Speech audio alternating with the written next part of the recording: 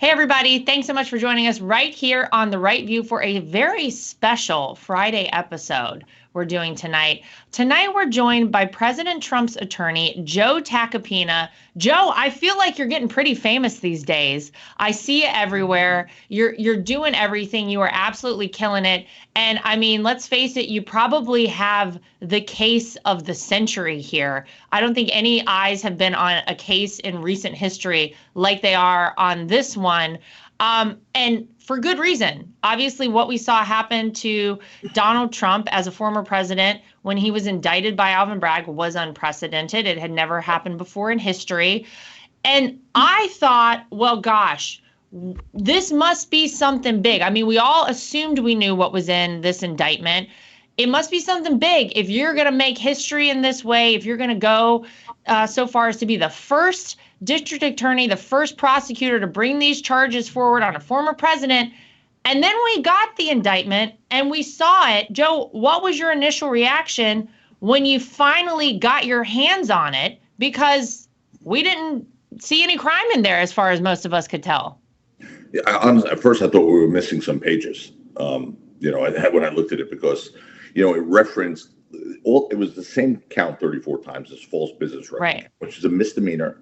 It didn't happen, but assuming it did, it's a misdemeanor, which would be far outside the statute of limitations for a count like that. And so to cobble together a couple of misdemeanors to make it a felony is what they did. And what they did was that by making it a felony, they had to say this was in furtherance of another crime or to aid and abet or conceal another crime. But then they don't list what the other crime is. I mean, yeah. So for all we know, it could be drunk driving or something like that. But I mean, I think we all understand that it's this federal election campaign law. And if that is what it is, they've just missed the mark grotesquely, because there is absolutely no violation of FEC guidelines and rules, just none.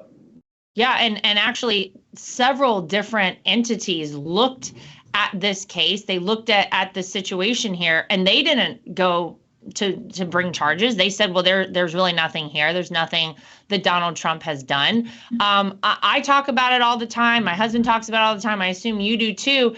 The district attorney's office there in New York has had for almost 6 years, I think, 11 million documents from the Trump organization. They have page by page gone through them in order to find any crime. I mean, as far as I understand, that's not on the up and up. That's not how you're supposed to do things. You're supposed to see that there possibly was a crime committed and then get all the evidence, right?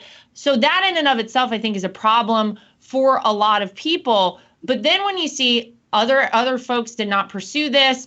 It took Alvin Bragg to do it, despite experts and analysts, even on liberal news stations, saying that they think this is a super flimsy, super weak case.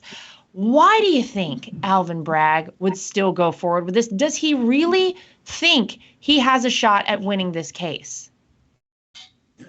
I think he's doing it because he came under pressure from his constituents, from the people who finance his campaigns.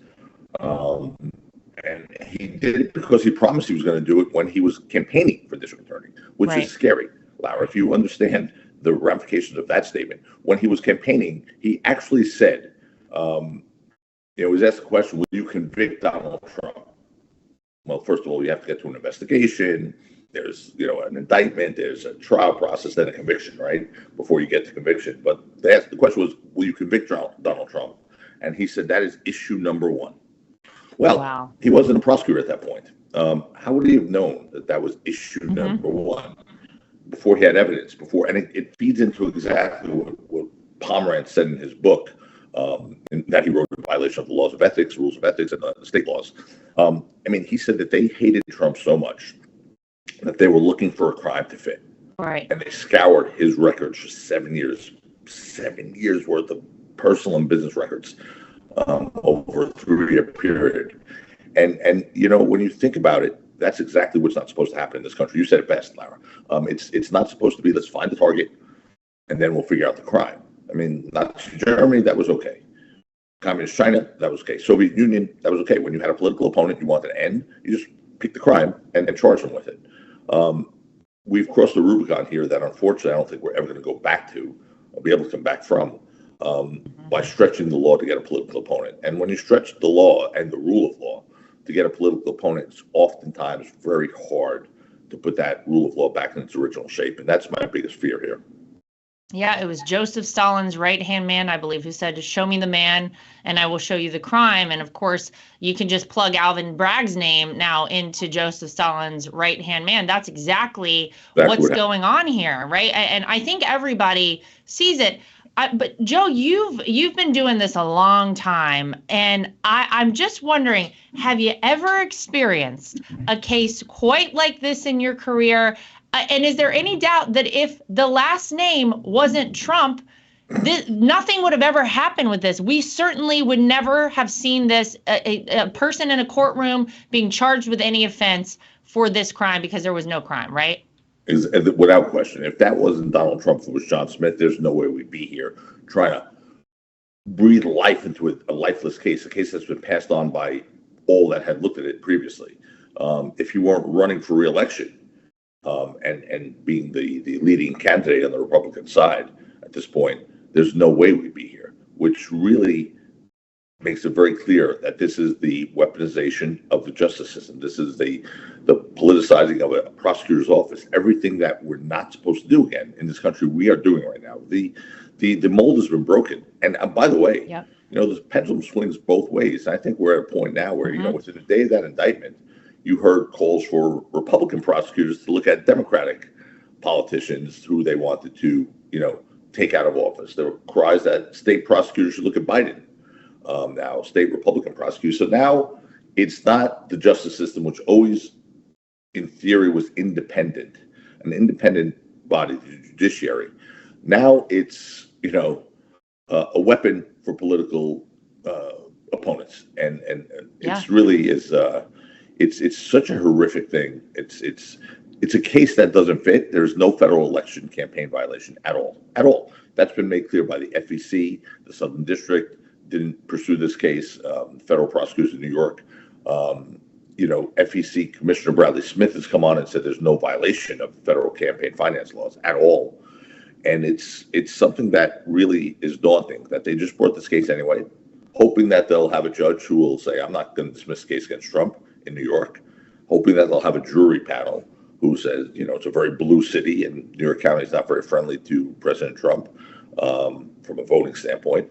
That they'll get, they'll get a panel that will not be supportive of him or like him, and we'll just keep plowing ahead, despite the fact that our case is meritless. It doesn't fit the law. It's not even a crime, because there's no false business record crime either. Remember that. That's the misdemeanor that this is all premised on. There's no false business record crime. Nothing was filed, Lara.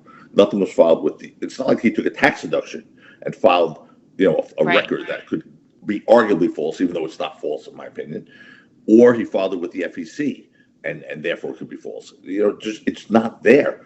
Conversely, and it's just the most incredible example of hypocrisy is Hillary Clinton recently was fined by the FEC. Fined by the FEC for over $100,000 for a campaign law violation, right? Think what she did. She and her campaign paid for the Steele dossier, right? Paid for that. And what that was dirt on President Trump regarding Russia, which turned out to be nothing more than a hoax and it wasn't real.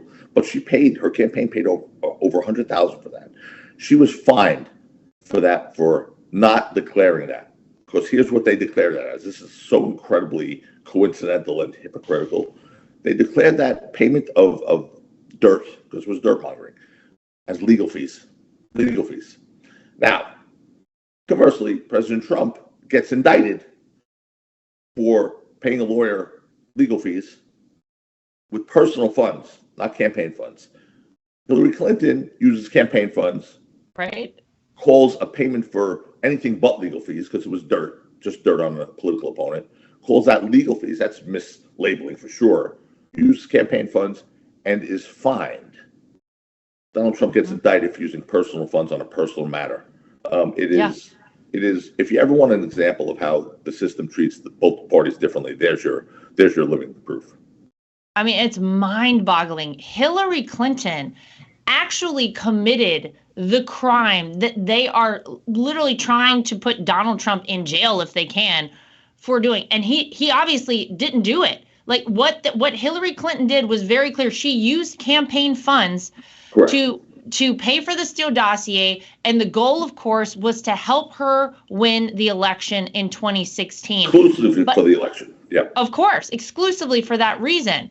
Donald Trump, of course, personal money. How can, of course, it just, none of it makes sense on his side, and everybody has agreed on that. But I'll go a step further with Hillary Clinton, because what came, Joe, of the Steele dossier, that led to the Russia collusion hoax. That cost the taxpayers of America tens of millions of dollars. We had to get through the Russian collusion nonsense, the Mueller probe, all of it. It took years to get through all of that. Think about what she caused, and what did she get? She just got a fine. And Donald Trump, they're putting on trial. It's outrageous.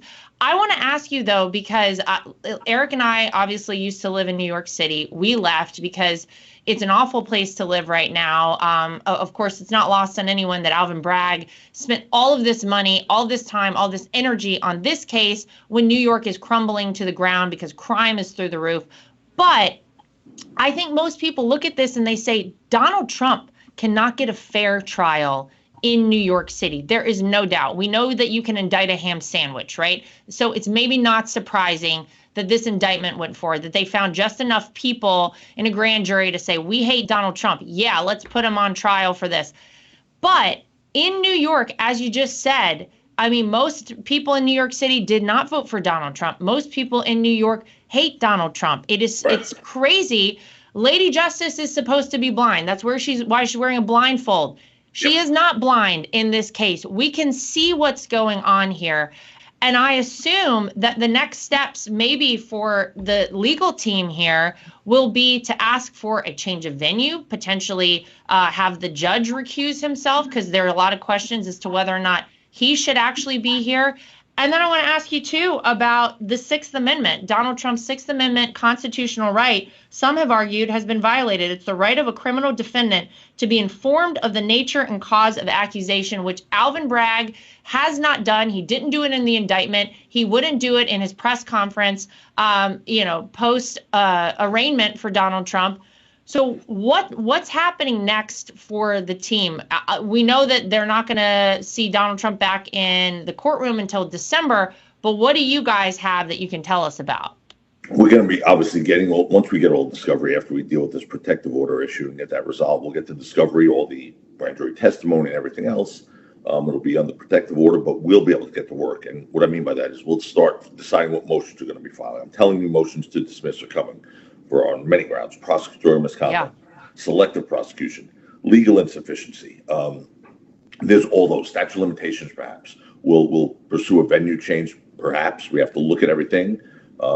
Maybe a recusal motion is right based on recent information that's come out. Again, I'm not committing to anything yet because we need to get all the discovery. But when we do, there will be no stone left unturned to make sure every ounce of justice that President Trump deserves is handed to him. And it's going to be done one way or another in this case. I'm assuring you, Lara, that it's not going to be a situation where he's going to have a criminal conviction here. This case should never see a jury. But if it does, he's still going to be in a position where this horrific miscarriage of justice is righted. I have no question about that.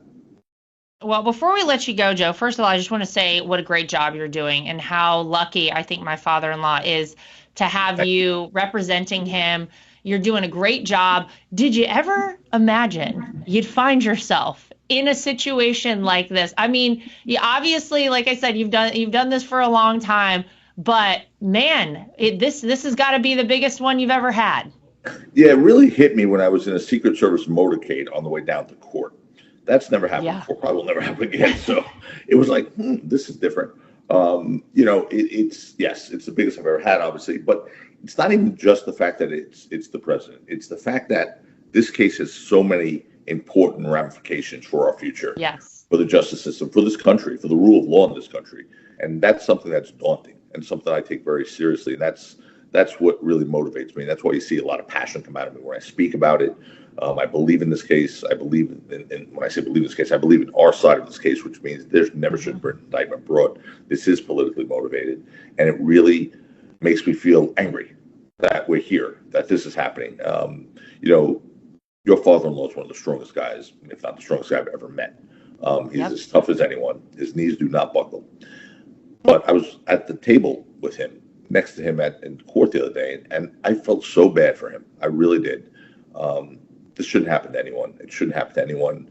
And that's why, I feel when you see me out there talking, sometimes it's like I'm throwing flamethrowers at people's heads when I'm talking and responding. But that's how I feel. I mean, I feel very protective of him and this case, because it's a true outrage, and it's so intellectually dishonest, and it's everything that's wrong about the abuse of power is in effect here. It's so true, all of it. I agree with you. When I saw, all eyes in the world were on that courthouse. They were waiting for him to come through those doors to walk into the courtroom. I can't imagine how that was for you as his attorney to be there with him. But I think for probably all Americans who love freedom and justice, believe in this country, it was a really sad moment. As a member of his family, I mean, for me, I felt so bad for him too. But the incredible thing about Donald Trump, and you know this, Joe, is that this is the one and only man, I believe, who could truly take this head on, who could truly look this in the face and say, I'm not backing down. Is it true they wanted to settle this? And he said no? I mean, we've not gotten to any plea negotiations with them. We never will get any plea negotiations with them. And he'll never settle, right? Of course. Zero chance that's happened. Zero. Yeah. That's a guarantee. He'll never plead guilty to anything. That's the only way you settle. It's not a civil case, it's a criminal case. So the only way to settle it is by way of a guilty plea. That's right. Never happening. So Absolutely. If we settle on the right terms, our terms, with a dismissal, or it won't be settled at all.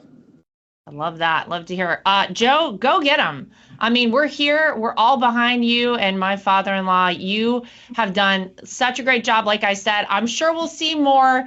But go take it to him, because you're right. It's obviously about Donald Trump, but it is so much bigger than Donald Trump. It's about the future of our country. It's about the future of the world, really, because the world looks to the United States of America as the leader, as the beacon of hope and freedom. And if we let this happen to our country, it will cease to exist as we've always known it. So no pressure on you, Joe, but we love it. You're doing awesome. Okay, and that's my dopamine. That pressure's my dopamine. We're gonna be fine. We have full faith that you're going to take this one all the way through. So thank you for joining us here on The Right View today. We'll let you go get to work because we know you've got a lot to do. Thanks for joining us, and go get them. Thanks for having me. Appreciate it.